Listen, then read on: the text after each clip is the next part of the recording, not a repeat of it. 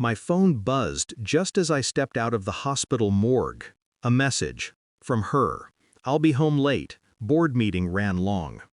I stared at the text while the image of my mother's still face burned behind my eyelids. The nurse had covered her with a thin sheet, the kind that feels more like paper than fabric, as if even dignity had to be rationed. Board meeting. She didn't know. Or maybe she did. I walked through the parking lot in a haze of quiet footsteps and colder thoughts. The world felt strangely distant, like I was moving through a corridor underwater. My hands shook, but not from grief. Grief is warm. This was something sharper. By the time I reached the car, another message arrived, this one from a friend, a photo. My wife in front of a 3-story house I had never seen before. Her parents were beside her, smiling, holding a giant ribbon in their hands. The caption, "Housewarming gift from our daughter. She's an angel." I didn't blink. I just stared. My pulse quieted to a slow, deliberate beat. My mother had begged for help. One surgery, one chance. And the woman I married, the woman who called herself a leader, told me coldly over coffee that emergencies don't justify irresponsible spending. But she bought this. For them. The wind cut across my face, but inside, everything was burning. I knew 2 things in that moment. My mother died alone, and my wife was going to hear the truth in the coldest way possible. I didn't confront her when she came home past midnight, smelling faintly of champagne and accomplishment. She tossed her heels on the couch, kissed my cheek with a distracted corporate rhythm, and asked if I ate. I nodded. I didn't tell her what I saw. Not yet. She rambled about a quarterly win, an upcoming acquisition, and how people need to learn to help themselves instead of relying on handouts. The words buzzed like static in my ears, almost surreal in their timing. My mother had saved every spare rupee in her life.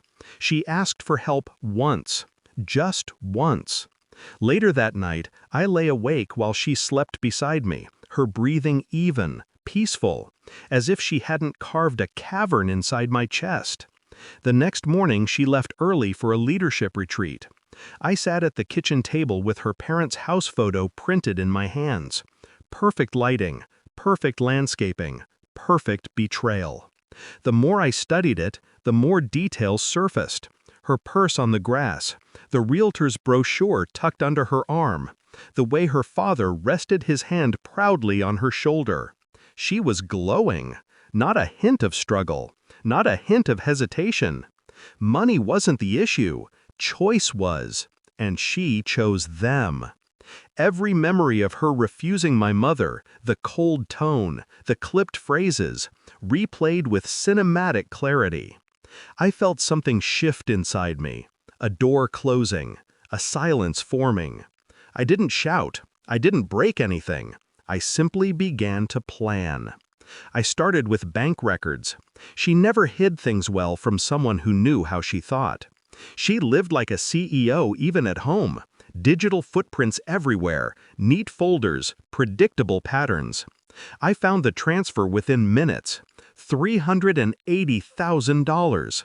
Labeled under a project she told me was delayed due to budgeting constraints. Budgeting constraints. My jaw tightened, but my breathing stayed slow. Next came emails, hidden under a folder innocently titled Legal. There it was. Contract finalized. Close on property Friday. Thank you for expediting. She had been negotiating the house at the same time I was begging her to reconsider helping my mother. I didn't stop there.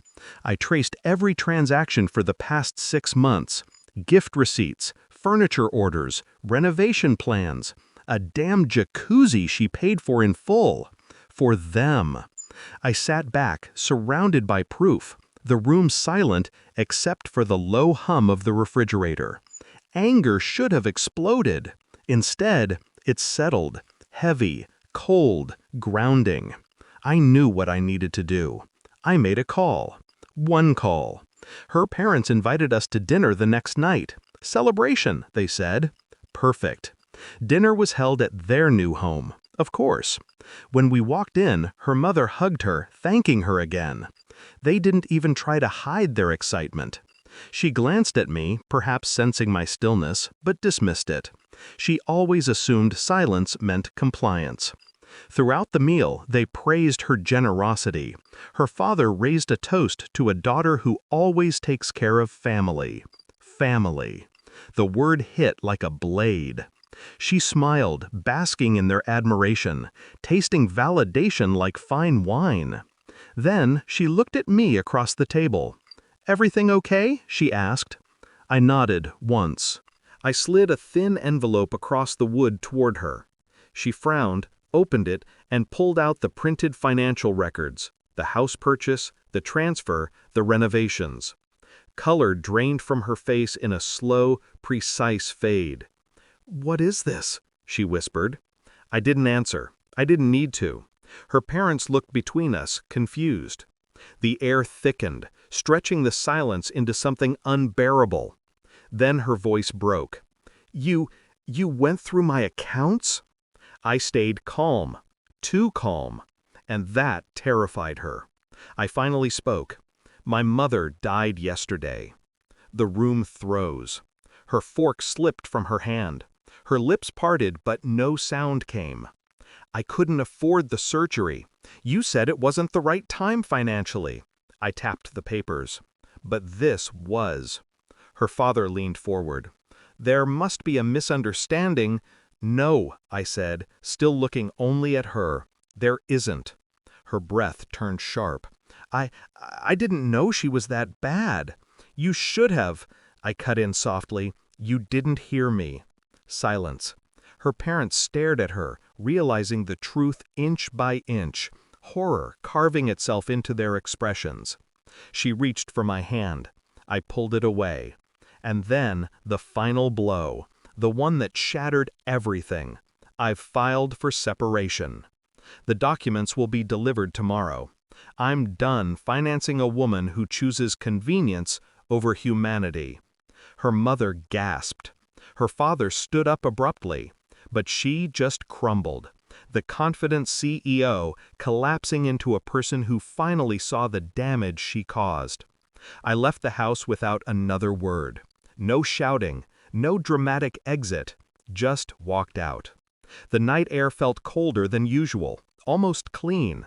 For the first time in months, my mind wasn't a battlefield, just quiet, stripped, honest. I didn't hate her. Hatred requires too much attachment. I was simply done. When I reached my car, my phone buzzed again. Her name on the screen. I let it ring. Then I blocked her. As I drove away, the final thought settled like frost on steel. Losing my mother broke me. Losing her freed me.